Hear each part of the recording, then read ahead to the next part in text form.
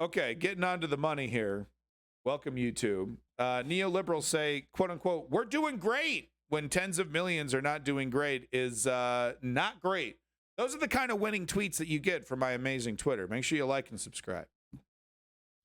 But yeah, here's President Biden. Jobs report shows that our economic plan is working. Let me tell you, are you living in the United States right now? Does it feel like it's working to you? Look, this kind of shit is really what pisses me off about the neoliberals, man, is that it's all sunshine and rainbows 24/7. And it's like, well, we don't want to acknowledge the reality because then we'll have to pretend to do something about it. This all goes back to Clinton. Clinton started all this shit. And these fucking dinosaurs are still pulling these fucking, it's embarrassing at this point. Give us, tell us the fucking reality. Oh my God. Overtime with Bill Maher. Should call it Upchuck with Bill Maher. Fuck him. I think we got a good jobs report. I'm happy to report that our economy has created over 300,000 new jobs last month. Is that it? And that's on top of 500,000 jobs we added the month before. All told, we've created more. Please, of course, the common criticism of these stats and using these stats is that, okay, how many of those jobs were, $7 an hour? You know what I mean? Like completely unsustainable. I need 3 jobs to survive. How many, you know what I mean? Because that's the thing, is that the neoliberals really pride themselves on making a bunch of burger flipper jobs. And props to the burger flippers out there. And if that's what you want to do your whole life, that's what you want to do. I ain't going to shit on you. I need a burger. But it's not, they don't pay you enough. It's not what's called a living wage. And it's like, oh, living wage. A living wage is very important. If we're going to continue to allow our currency to be, completely obliterated and devalued every single fucking year, and we're just going to ignore that and do nothing about it, we need things like living wages and, certain, we need these kind of things. Because it's the price of goods and services, the price of daily life just gets more and more and more expensive. And as we saw, through the 70s to the, like, what was it, the early 2000s when they finally raised the minimum wage nationally, it's well out of step with what you need for a basic domicile, for, if you want to have kids. And what are we seeing across the motherfucking world right now? Birth rates going down. Millennials and Zoomers too afraid to have kids. There's a fucking reason. We can't afford it. We can't fucking afford it. And these oligarchs are like, more. I was telling my wife last night. I know, she's got to live with me. It's hell. But I was telling my wife, it's like that old funny comic book, right, about the dog. Only throw, no take. Only throw, no take, And it's the same thing with these oligarchs. Same fucking thing. Spend, but no earn. We want to keep all the money, but you got to keep spending. The whole fucking thing is completely unsustainable. And this asshole, Bill Maher, used to be talking about that good shit. Now he's backing up the neoliberals and just being a gross motherfucker. Fuck you, Bill Maher. Fuck hating. More than 12,000 jobs since I took office. Nearly 8,000 of the manufacturing jobs. That means overall, we've created more jobs in 2 years than any administration has created in the first 4 years. And I think all this matters. It's no accident. It means our economic plan is working. And when I took office, the recovery and the economy there was no recovery and the economy was reeling. And 18 million people were unemployed on unemployment insurance compared to less than 2 million today. Unemployment was 6.3%, and nonpartisan Congressional Budget Office predicted it wouldn't get below 4% until 2026. Because of our economic plan, unemployment has been below 4% for 14 straight months since January 2022. Yeah.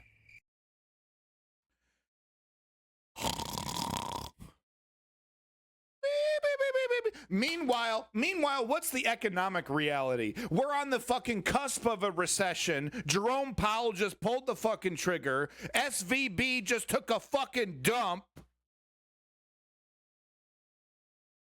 This fucking guy, yeah, I think everything's doing great. I looked at the charts. The charts look good. I like charts. The numbers look great. The economies look. We added so many jobs. Fuck you, dude. Are you serious?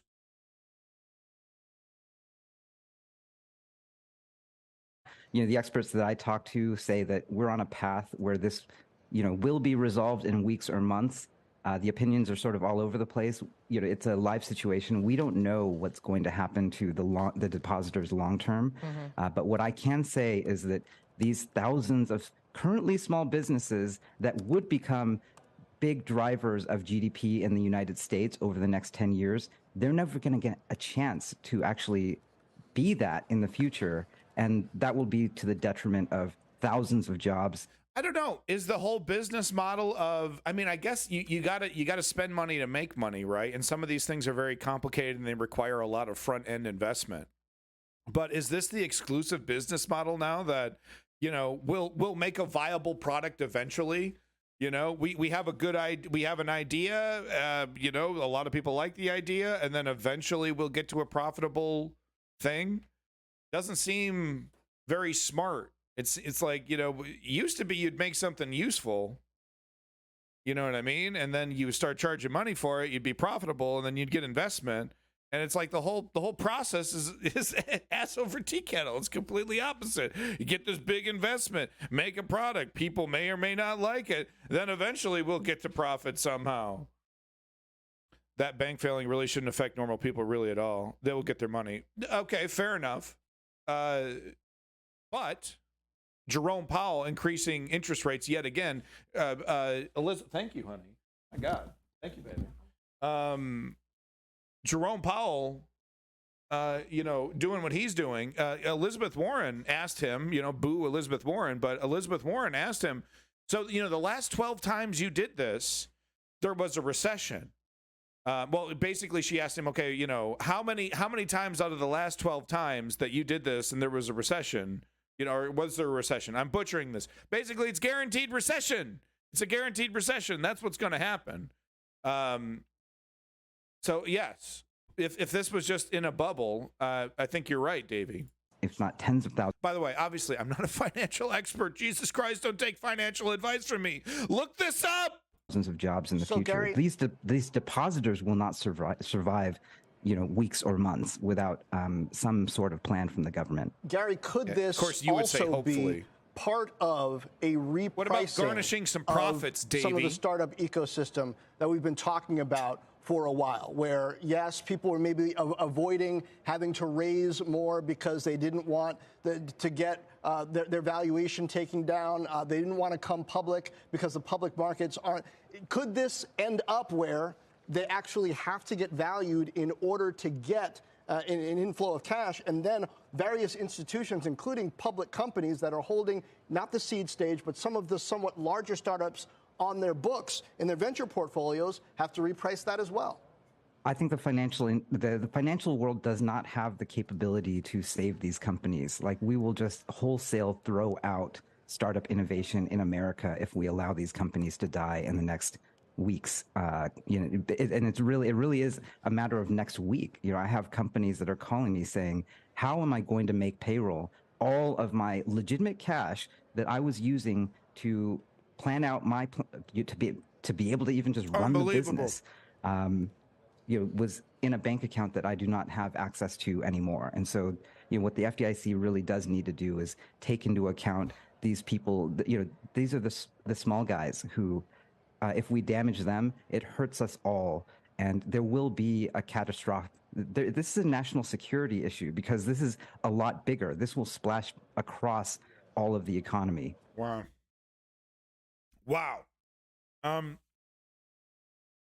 I am eating a delicious, I'm talking restaurant quality, fucking breakfast from my beautiful wife. Elegantly, lightly, fluffy as a cloud. scrambled eggs, lightly peppered with salt and pepper, along with 2 pieces of deliciously, perfectly cooked turkey bacon. All right, we do the turkey bacon in the house. No more nitrates. Cutting out all the nitrates. No more nitrates. All right. Let me tell you, folks, we use an air fryer for the turkey bacon. It's fucking perfect. It's fucking perfect. We're not done with financial news. Apparently, all this is, the bank. Listen to this one, Davey.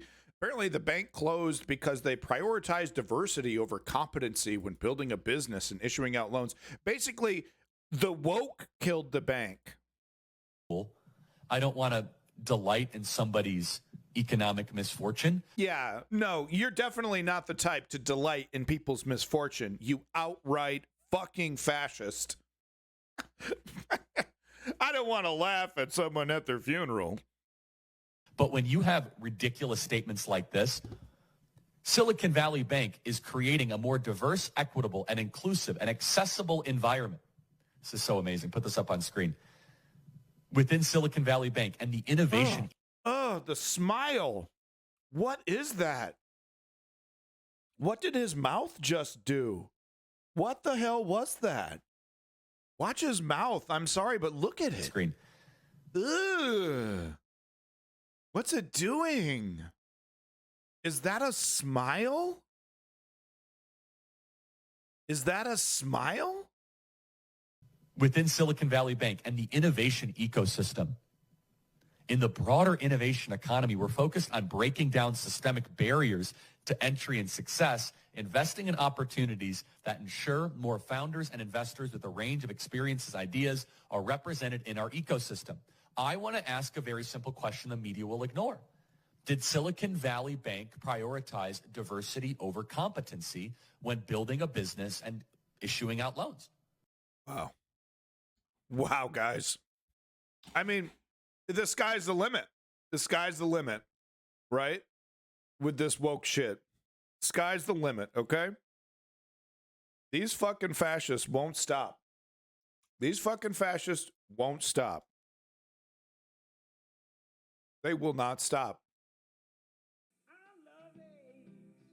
From my head down to my legs. 1989 government research shows eggs have 22% less cholesterol than we thought. Ooh, you gotta love it, the incredible, edible egg. Don't be hating on eggs in my chat. I will blast you, fool.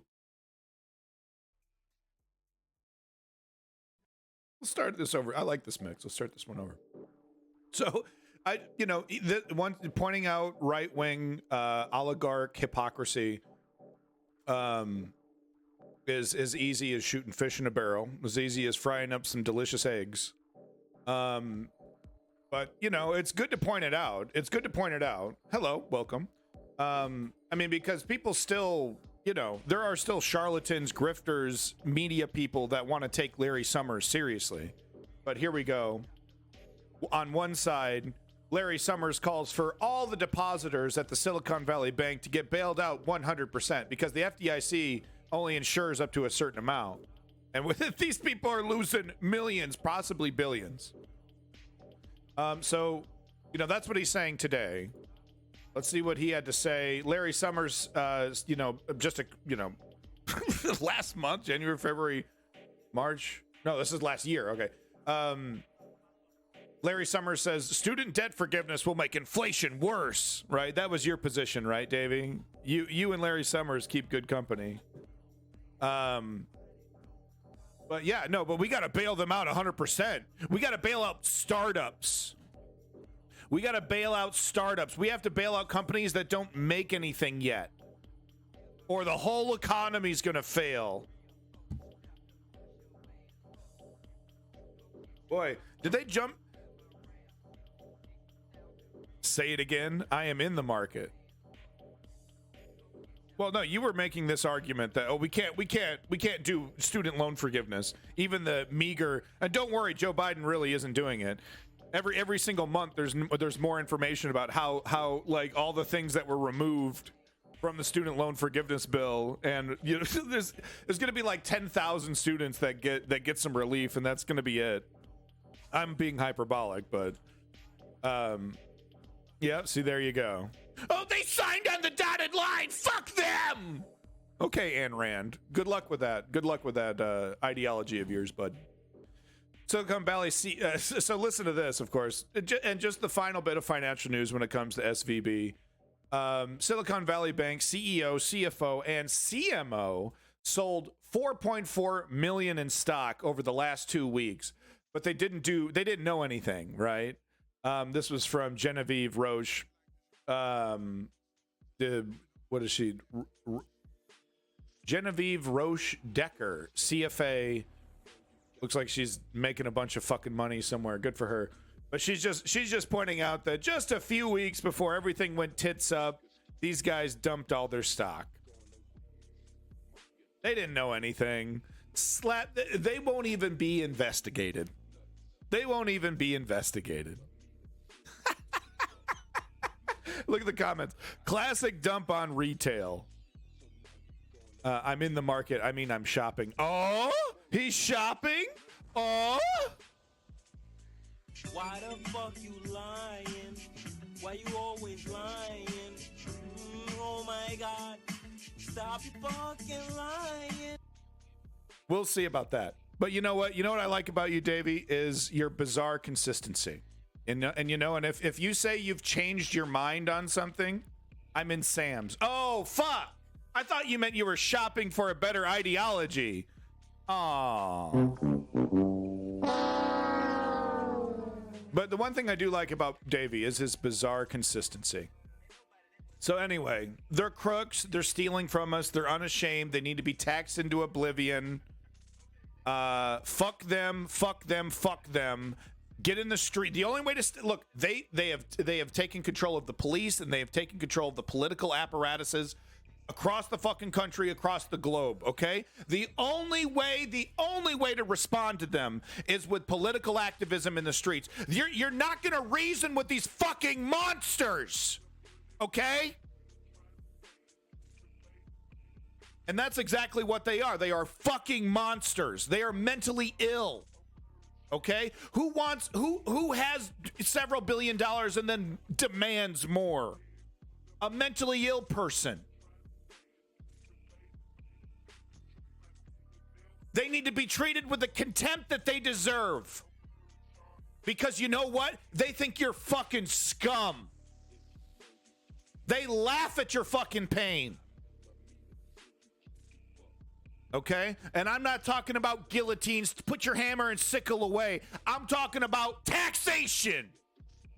Because you know what? Jerome Powell, the assumption with Jerome Powell is that people have to suffer. Fucking webcam's always doing this shit. Is it because I'm rattling my fucking desk? What the fuck? But no, the assumption from the Fed is that people have to suffer. We're not going to garnish profits on corporations. We're not going to go after billionaires and millionaires. We're not going to do anything that could potentially harm the rich. In fact, we're considering bailing out a bunch of fucking startup companies. Remember, like when they bailed out a bunch of useless fucking airline companies that should have fucking failed because they had a bad business. Right? No, the only solution is to lower your wages, induce a recession, lower growth, make your life, middle class and lower, worse. That's the only thing that's on the table. And there's a reason, because they have fully captured our politics and our cops.